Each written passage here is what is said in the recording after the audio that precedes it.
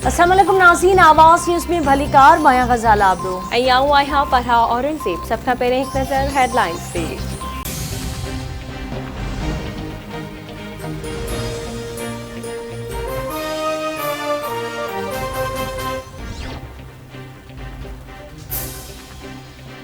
सिंध जे गादीवारे शहर कराची समेत सूबे जे मुख़्तलिफ़ इलाइक़नि में तेज़ हवाउनि सां बरसात जो सिलसिलो जारी।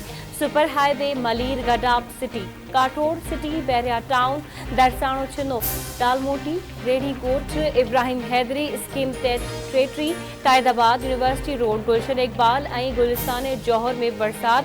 सदर, Shahrah Faisal, I Chundrigar road, old city area, Korangi, Landhi, Quaidabad, Razzakabad, Pipri, defence ऐं क्लिफ्टन में विस्कारो, नवाब शाह, थाणो बुल्ला खान, सकरन, गुपचाणी, जाम साहब, करूंडी, गाज़ी अहमद, दरिया खान, मरी ऐं ॿियनि इलाइक़नि में बरसात। मौसमियात खाते मूजिबि कराची शहर जे ओभर ऐं उत्तर में बरसात वसाईंदड़ ककर मौजूदु आहिनि। ॾींहं जे वक़्तु किथे तेज़ त किथे हल्की बरसात थी सघे थी। बरसात जो सिलसिलो 14 अगस्त ताईं जारी रही सघे थो।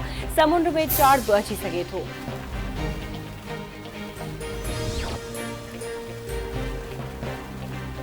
इस्लामाबाद के 12 कहू वारे इलाइक़े में ॿिनि मोटरसाइकिलुनि में टक्कर, हिकु मोटरसाइकिल धमाके सां फाटी पई। पुलिस मूजिबि ख़दशो आहे त मोटरसाइकिल में बारूदी मवाद नस्ब थियल हो। वाक़े वारे हंध भरिसां डेटोनेटर तारूं ऐं बारूदी मवाद मिलियो। वाक़े में 3 ॼणा ज़ख़्मी थिया। पुलिस मोटरसाइकिल खे तहवील में वठी जांच शुरू करे छॾी।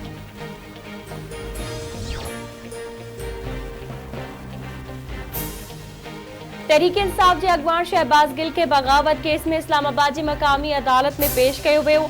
अदालत शहबाज गिल के 2 ॾींहनि जे जिस्मानी रिमांड ते पुलिस हवाले करे छॾियो। शहबाज गिल के वकील जिस्मानी रिमांड की मुखालफत करे छॾी। अदालत जो पुलिस के जुमे ते शहबाज गिल के पेश करण जो हुकुम। शहबाज गिल चवे थो, मुंहिंजो बयान एक मुहिब वतन शहरी जहिड़ो बयान आहे।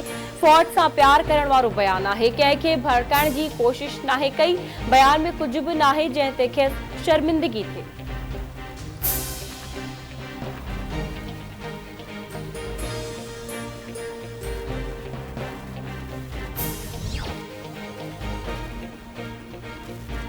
मलीर के मेमण गोठ थाने ते भी तहरीक इंसाफ के अगवान शहबाज गिल बगावत जो केस दाखिल।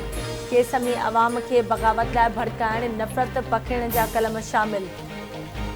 सरकार की फरियाद ते दाखिल केस में खानगी टीवी जा आला उहदेदार प्रोग्राम एंकर के भी नामज़द कर दियो।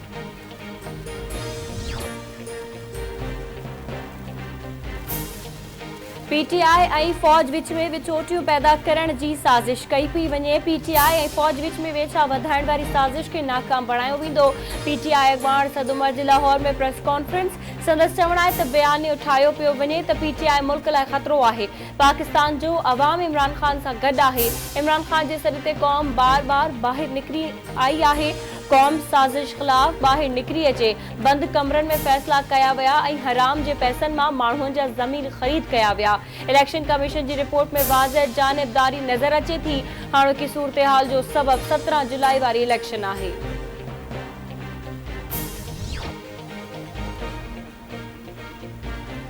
शहबाज गिल जो बयान तय थियल प्रोग्राम हो ऐं ही सब माण्हू उन में शामिल आहिनि।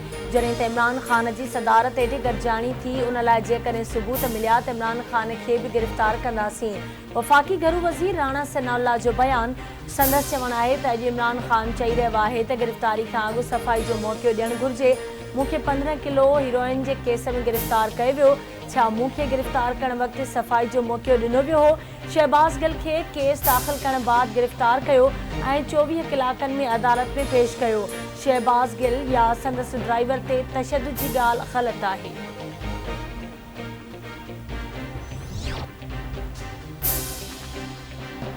ट्रांसपोर्ट वारे सूबाई वज़ीर शर्जील इनाम मेमण चयो आहे त शहबाज गिल जेको कुझु बि कयो उहो इमरान खान जे चवण ते कयो। इमरान नियाज़ी जंग ऐं जिहाद जे नाले ते अवाम खे बेवकूफ़ बणाए रहियो आहे। पीटीआई सरबराह ऐं संदसि साथियुनि जो एजेंडा मुल्क ख़िलाफ़ आहे। हू पाकिस्तान जे अहम इदारनि ख़िलाफ़ ॾींहुं राति साज़िशनि में रुधल आहिनि। फॉरेन फंडिंग केस तां ध्यानु हटाइण लाइ इमरान नियाज़ी बर्दाश्त न करण जोॻियूं हरकतूं करे रहियो आहे।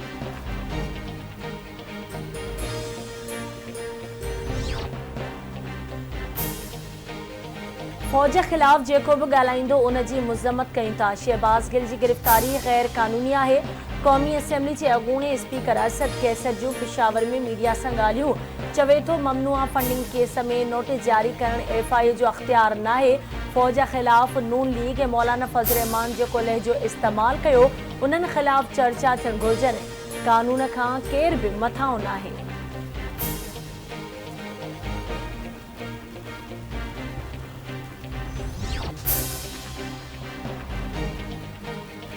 हैदराबाद की पठान कॉलोनी में गैस लीकेज थियण सबब घर के बाहि लगी वही। 11 ॼणा सड़ी ज़ख़्मी। ज़ख़्मियुनि खे सिविल अस्पताल हैदराबाद पहुचायो वियो जिथां खेनि कराची मुंतक़िल कयो वियो। ज़ख़्मियुनि मां 4 ॼणनि जी हालत ॻणती जोगी ॿुधाई पई वञे।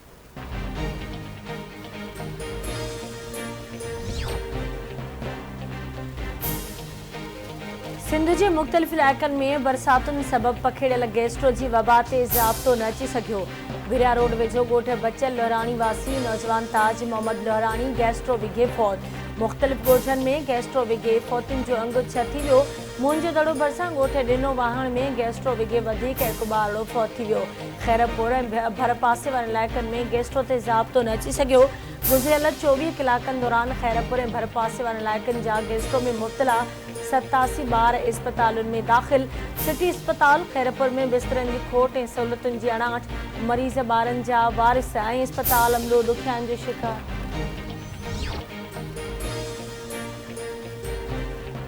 हैदराबाद के फुलेली वारे इलाइक़े में अनोखो वाक़ियो। कर्ज़ लाहिण लाइ नौजवान पाण खे अगवा ॼाणाए कपड़नि खां आजो बणिजी हथ पैर ॿधल वीडियो घर वारनि ॾांहुं उमाणे छॾी।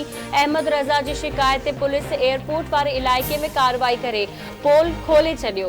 पुलिस मूजिब अहमद रज़ा ऐं सदर साथी अहमद बंगाली खे एयरपोर्ट वारे इलाइक़े में हिकु घर मां गिरफ़्तार कयो वियो। गिरफ़्तार नौजवान पंहिंजे घर वारनि खां 8 लाख रुपया भुंग तलब कयो। जवाबदार कर्ज़ लाहिण लाइ अगवा जो ड्रामो रचायो।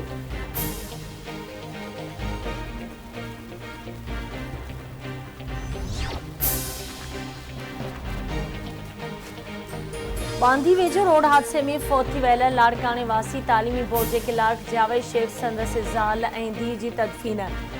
जनाज़े निमाज़ लाड़काने जे ग़ालिब नगर वेझो ज़ुल्फ़कार बाग में अदा कई वई। जनाज़े निमाज़ खां पोइ फौतियुनि जा मरहम मिटीअ मां हवाले कया विया। हर ख़ाली।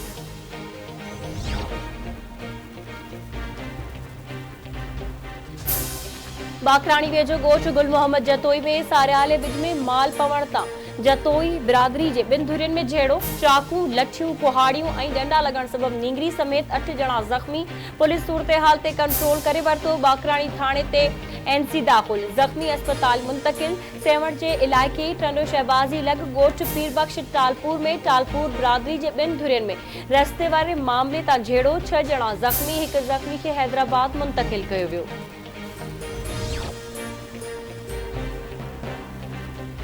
मटियारी ज़िले अंदरि सिंधु दरिया जे वहिकरनि में तेज़ी अचण खां पोइ बचाव बंदनि ते पाणी जो दबाव वधी वियो। भाणोट कल्याण बंद बाउदेरो बंद ऐं ॿियनि जायुनि ते पाणी बचाव बंदनि सां टकराइजी वियो। माण्हुनि में ख़ौफ़ छायल। SM बचाव बंद जी हालत में ख़राब।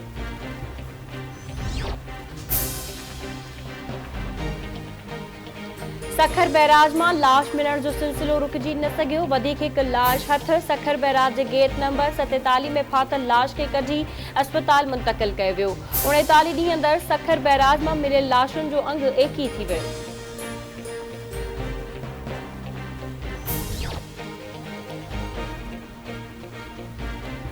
लाड़काने भरिसां ॻोठ रतोकोट में नींगर शुएब जागीराणी पाणी जी खर में बुॾी फौत थी वियो। फरीदाबाद भरिसां ॻोठ सैयदपुर में पाणी जी खर में मासूम ॿारड़ो बुॾी फौत थी वियो। फौती ॿारड़े शाह मोहम्मद कुंभर जो लाश घर पहुचण ते कोहराम मची वियो।